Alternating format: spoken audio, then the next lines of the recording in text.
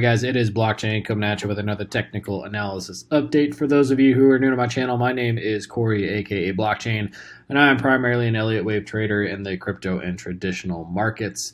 We are starting off on my website, blockchaintratrading.com. I want to highlight right here where it says get for free now is my #1 trading strategy.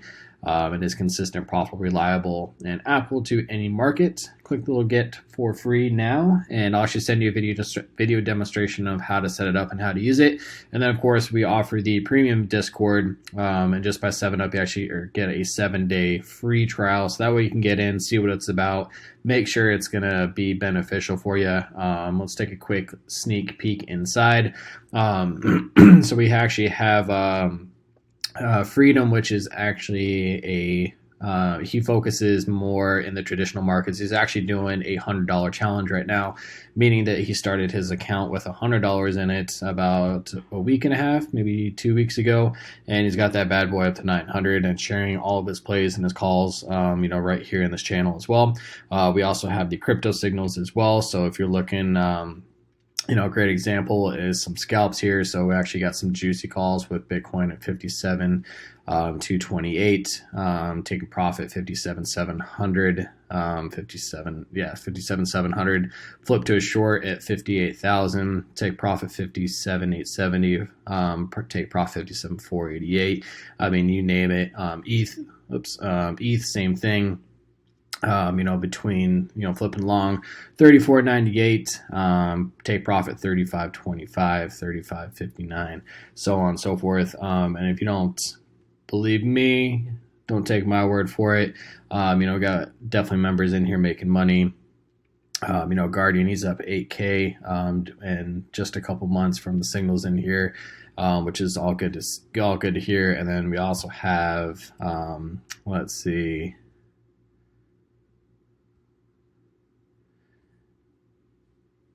What's we got in here? I know MD Chow is actually he's making some money on his too. So, yep, there we go. Doubled his account in the last 13 days. There's the proof right there. So don't take my word for it. Come in and join us. We have the free chat room where you can get in and chat with ourselves, with everyone that's in there, as well as the premium channels, to get the signals and to interact and see my technical analysis and stuff as well. But enough about that. Let's go ahead and dive into the charts.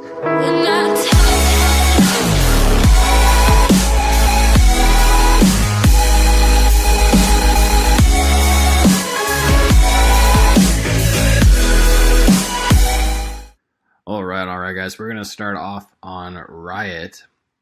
So if you guys have been watching my YouTube channels, this is actually one that I've been watching for quite some time, and just waiting for this fourth wave correction to play out. And I was really eyeballing the $24, $23 mark for RIOT to come down and tag, as that's the 0.236. I'm looking at this overall as a fourth wave correction, and even you can see on the RSI, how much the RSI has reset from this prior low.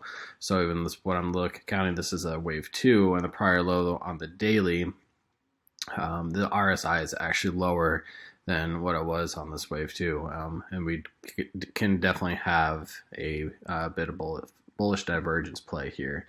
I actually think of it on the aftermarket, or after hours, that we were sitting at roughly around 22, 23 and change on RIOT. So if we zoom in roughly to what I was looking for, and really just kind of looking for potential entries as we kind of went through and just kind of fell down here with the ultimate target right here at the 0.236 of $24 roughly.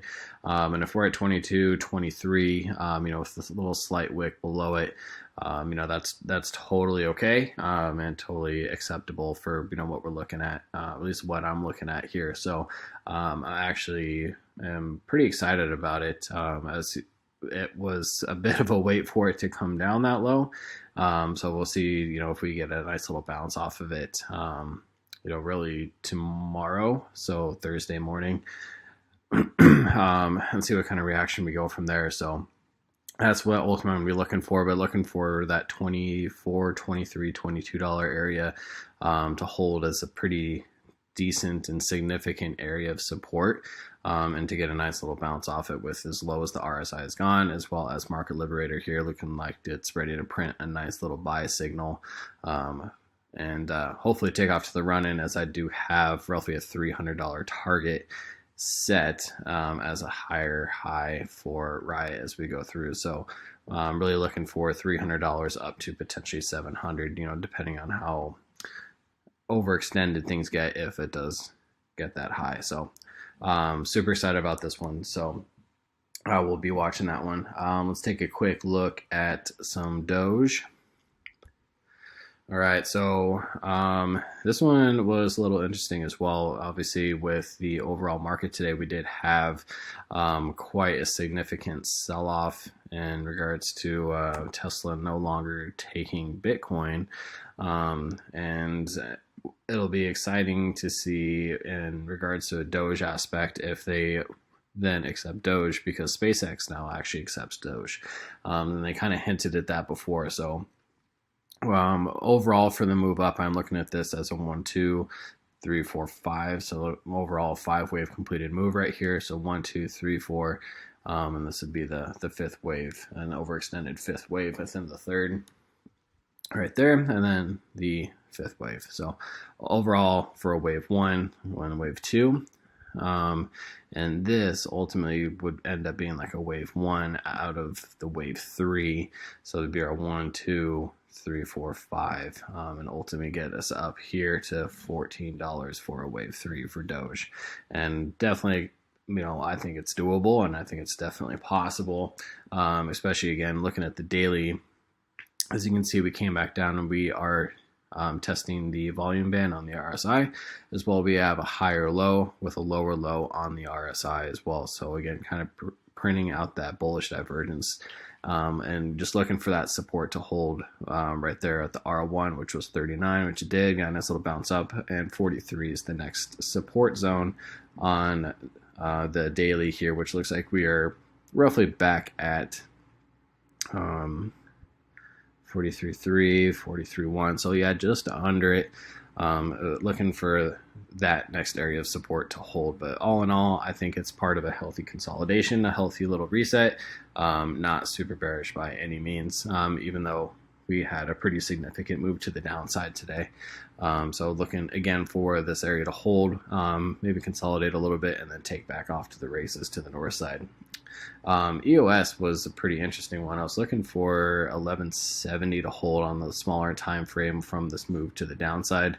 Obviously pulling that back out. I'm looking at the daily perspective, because I want to start off on a higher time frame. I normally look at a little bit more of the micro, but with pretty significant moves, I think it's important to realize what some of the other indicators are selling, and then kind of going from there. So with the last little pump up, we actually did print a pretty heavy sell signal on the daily. We are now back below our fast moving EMA. So we are, my opinion, it does look like it wants a little bit more move to the south side. And you kind of see that we are continuing to get that. And what I would overall, on smaller time frame, counted this as a 5-wave move up. I'm actually going to take this guy off for now so we can see it, but this would be our 1, 2, 3, 4, and a 5, and this last little leg up. So it can be a similar thing in regards to Doge, where we have this as our wave 1, like a leading diagonal. This is our wave 2, and this is our wave 1 inside of the wave 3. We are now coming back down for our wave 2, which would be a full measure move of this overall move up. So, you know, ultimately could come back down with a 0.5, which is basically 8.1. I wouldn't want to see us break the 618, which is a 7. So it does look like it wants a little bit further move to the downside. But I mean, even consolidating here in this area where the prior wave 4 was, which is the 382, you know, that's pretty bullish as well. And that was at 938, and we already tagged that. So consolidation in this area for some continuation to the north side is still pretty bullish in regards to a potential move to the upside. Even though we did break the fast moving EMA, we can find support here on our slow moving EMA, and we're also right on top of the bullish control zone here at 70 as well. So we can still find support at that on the daily and kind of just bounce on it and then take back off to the north. So it, a pretty overall heavy move across the board, but I think it's it's healthy. It's part of the market. I mean, looking at this last move here where we were at $2 and we went up to 9, that didn't happen without a few dumps here and there. So it's not doom and gloom. It's not the end of the world. It's just part of the way the market is. And there's a lot of new investors into the crypto space that don't understand that. All they hear is moon and Lambos. They don't necessarily hear, or they forget about the 20 to 30% dips and corrections that come along with it at the same time. So definitely one to look for. ETH is another important one, as it has been just cranking as well. On the smaller time frame, we've just been riding this trend line all the way up. Finally broke. It had to give at some point. We all knew it was coming. It's just a matter of when. You can see we came back down and retested 35 with a nice little buy up, currently back up to 39. Again, looks overall pretty healthy. On the daily, we did break the fast moving EMA, so probably trickle back down lower, but would like to see 35, 80, 3600 ish in that area. I'd like to still see that hold as a support, as this potentially would be looking at a 1, 2, 3, 4, 5 finished 5-wave move up here to the north side. So again, part of corrections, part of a healthy move. Even here on the market liberator, we had our sell signal print right here. So this entire time we were creating bearish divergence with a higher high but lower low on the market liberator here. So it was a matter of time. We all knew it was coming.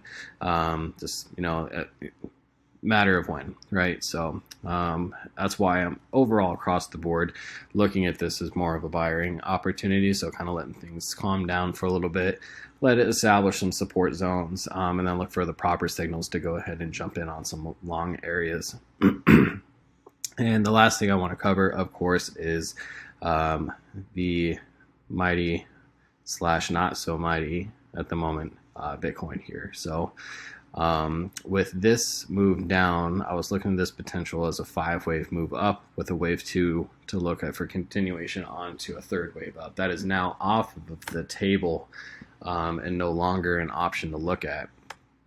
And the reason why is because that actually created a new low. So we actually set in a lower low off of this, which invalidates this as a possible wave 2. So we broke all the support areas I was looking for it to bounce off of. We had it held for a little bit, and then Tesla had to go and say that it wasn't accepting Bitcoin anymore, and got the FUD going. So a couple things to look at.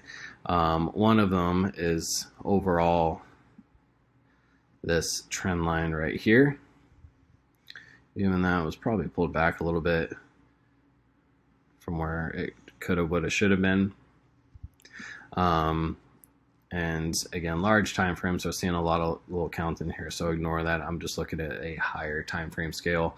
Again, looking at the daily, when we got our rejection here off of the bullish control zone and drop back below, that was really our signal that it was going to continue to the downside. We're going to have continuation. So even though we did kind of bounce back up to 50, we are still in with a couple important support zones. We came back and we tested it back here, and it's totally, part of consolidation. But this resistance here, basically 42.5. It's a weekly support at this point. And then the 55.5 was the one we were struggling with. It's another weekly resistance at this point as well.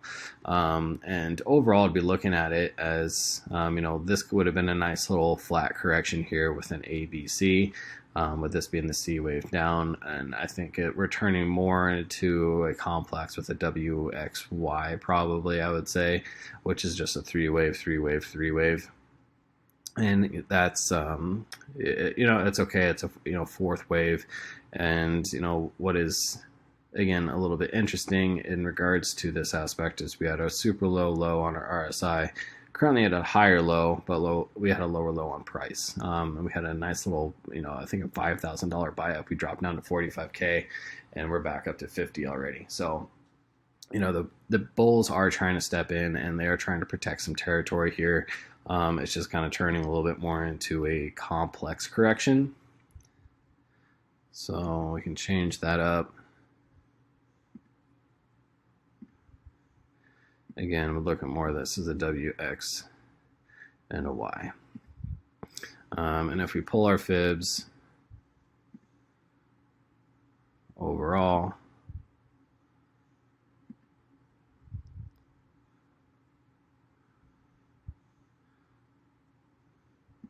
you see we came down, we hit the 1-to-1, we wicked through it, but it looks like the 1-to-1 was the big one at basically 47.5.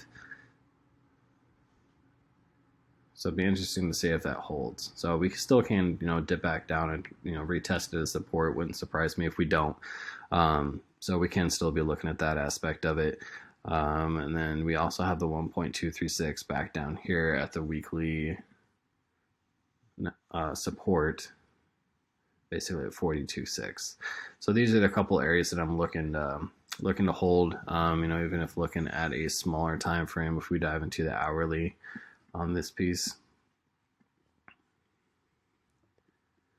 I'd be looking at this as a 5-wave move with an overextended fifth.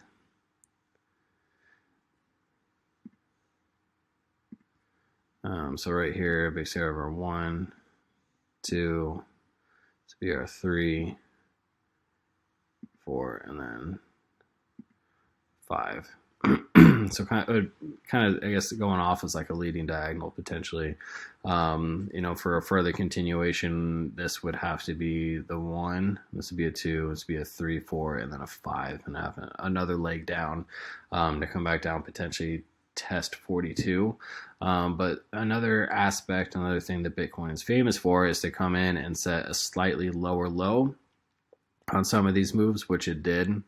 So we had a prior low basically of 47, and we just set in another low down here of 45.6, and it got bought right back up super quick. So Bitcoin is very, very famous for doing that, where it'd come in and set a new lower low, and then just take off and go to the moon afterwards from there. It happens quite frequently. It happens almost always and all the time. But even on the hourly, big things we want to look for is to come back up, and it needs to break past the bull or the bearish control zone here on the hourly, get back in, establish this as support, and then kind of just bounce off and get back up into the bullish control zone, because it's just been swinging to extreme to extreme. A lot of indecision in which way to go, and it's definitely in the oversold territory right now. So look for a little bit more continuation to the upside, in which we still can get a nice little solid bounce if this is our completed 5-wave move, retesting the 1-to-1, and potentially come back up and look at 55.5 again. So overall, that's what I'm looking for on a higher time frame, guys. Let some things kind of settle out and fill out here on the smaller time frames. But it's important to be aware of the bigger picture, as the smaller ones make up the larger scale here. So hopefully I'll catch you guys in the Discord. If you have any questions, I'm happy to answer them for you. And I'll catch you guys on the next video, which I will be doing tomorrow. And that is actually going to be my #1 trading strategy combined with the market liberator here. So very interesting, very informative, and very profitable. So don't miss that one. So wherever you're at, catch you guys in the next video. So good night, good morning, good evening. I'll see you later.